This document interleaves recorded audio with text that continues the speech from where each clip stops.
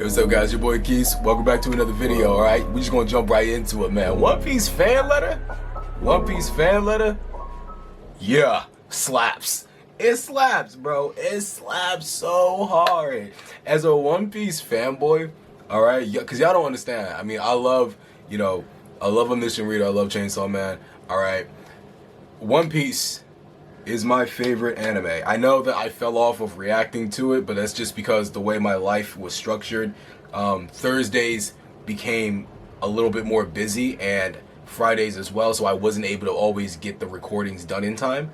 I'm thinking though in the future I might go back to reacting, or not reacting, but like doing reviews for One Piece on Sundays though when the official comes out, just because my Sundays in the future are looking like they might be a little bit more open. Anyways, let's talk about the fan letter episode though. Oh my god, bro. This was basically a love letter episode for, again, people like me who are fans, because it basically just kind of showcases us in the verse. Like, this is who we are in One Piece, all right? We are the people in the bar tavern, all right, trying to talk about who the strongest swordsmen in the world are, bringing up Vista, all right, bringing up Whitebeard and Akainu. You know how many people I've had conversations with, One Piece fans who I've had conversations with, and then they just start bringing up like Akainu when I'm talking about like the world's strongest. It's like, nah, but Akainu could beat this person. It's like, it was perfect. It was perfect. All right, so let's just go over everything that happened in it and like just really discuss, why exactly I really loved this episode. First off, animation obviously was just stellar. I mean, yeah, it was. It was so fluid. I forgot the name. I know they hired someone specifically to do this. I forgot what her name is, but she is a phenomenal director, because oh my god, the way again that she structured this episode, and again not only just structured the episode, but the way like she structured the storyboard and how the episode was conveyed, it was just amazing. Like, seriously amazing. Along with that, we obviously ended up getting, again, different fandoms within the community for different characters of the Straw Hats, obviously. So we know we had the Chopper fan. Hilarious, the fact that it was a Marine, there was a Marine general, or I forgot, is it a captain? He's a captain, I believe. The fact that, like, my man, he was so stoic, I'm saying, like, he was bulky, and then just to see that flip side of him, oh my, it was hilarious. Obviously, our main character, who was really, Nami's stan, who looked just like Nami. To be honest, when I saw the trailer for this, I originally thought this was supposed to be like a kid Nami, and so I was a little bit confused. But now that I see she's just a person who is like, she likes Nami so much that she embodied Nami in her terms of her personality, or not even just her personality, but like the way she dresses, she makes herself look like Nami. I thought that was really cool. And I mean, let's be honest right now, like, her personality is like Nami too, the way she be getting around people, right? Not just that though, again, going to the people who were, again, in the bar talking about, who the strongest swordsman, again, it is exactly like One Piece fans, all right? And the other thing that was just so amazing about this is it touched on, like, again, the fodder, or let me not say fodder, because I don't even want to call him fodder anymore. It touches on the, like, the I guess weaker, or normal is with the right appropriate word, is the normal Marines that are in, that were in the war. I mean, Christ, like, we think about all those grand moments, like when Whitebeard like cracked, cracked the earth or the ice, or when Jozu had picked up the giant iceberg and then like chucked it over, or when Mihawk sent that slash to Whitebeard. We talk about all these crazy moments, right? And normally the characters, they kind of just deal with it. It doesn't really affect them, because like we're looking at the main characters who are like these powerhouses, but we're not thinking about like the common Marine, the common pirate that were really out there going through it. I mean, Christ, dude. Could you imagine a giant battleship flying over your head, crashing down? Like, the number one thing that like got me, it was like even just Orange Jr.'s leg getting cut off by Doflamingo, which was like, to us, it just seemed like it was like whatever, right? It was a whatever moment. Obviously, it was a very crazy attack because it cut off, you know, that giant like Orzen. He's not even just a giant, he's like a mega giant, right? Cut off his leg. But like for the common person, like that was literally like a life or death moment right there, right?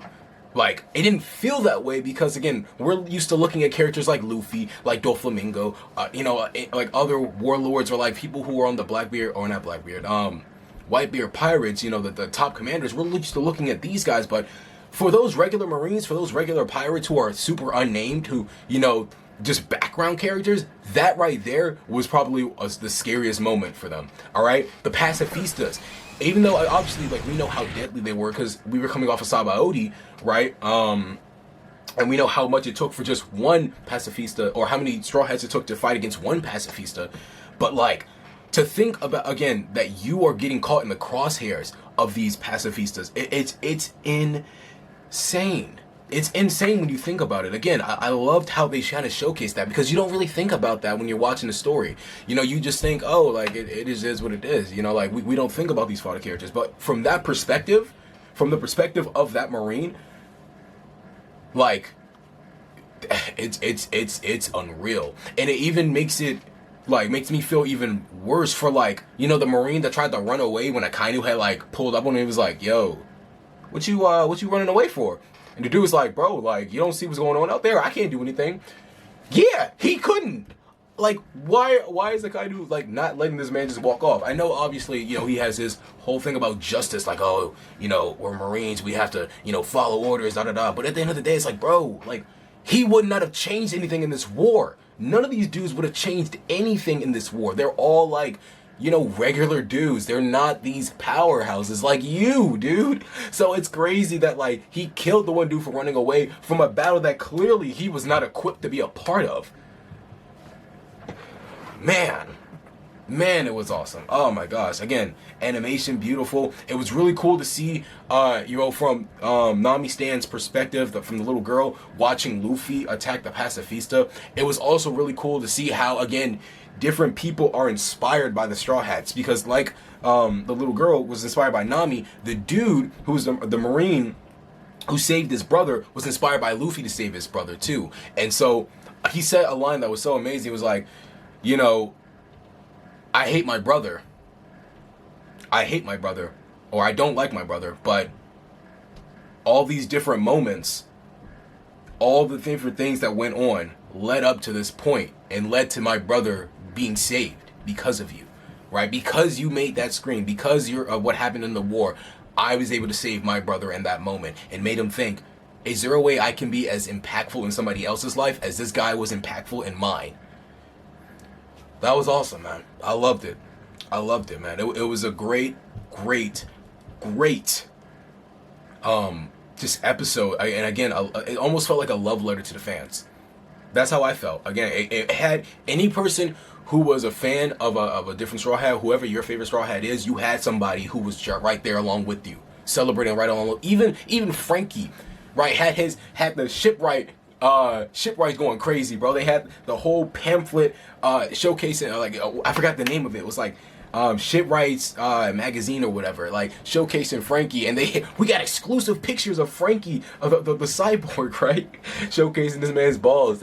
That's how wild these fandoms are, you know what I'm saying? And again, it was awesome. I mean, it sucks that we're not going to be getting One Piece for 6 months, but you know what? I'm very glad we were able to get that, because that was one of those episodes that just like, it made me feel, it pulled at the heartstrings, man. It really did.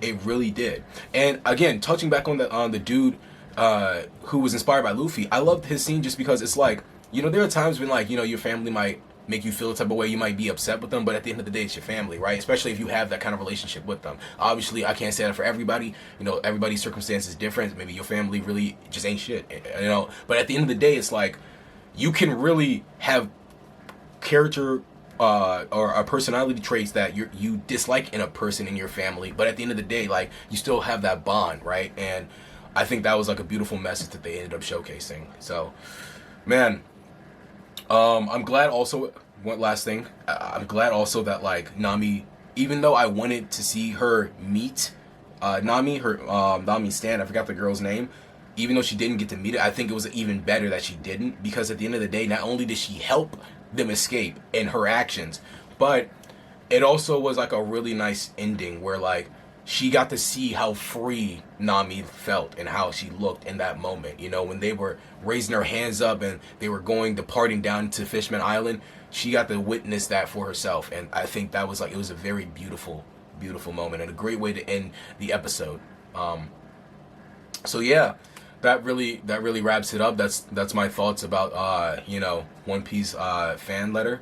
I think it was, again, an amazing episode. I really want them to make more shorts like that, more episodes like that, because honestly, I think there's so much that you could cover, material that you could cover from different islands, man. But I'm gonna go ahead and end it here. If you guys like the video, definitely subscribe so you can see more content like this. All right, like the video as well. I know if you're already at this point, you might as well like the video, right? And comment down below what you thought about the video. I mean, how did you guys like fan letter? Was it awesome to you? Was it amazing? Did you dislike it? And if you did dislike it, what did you dislike about it?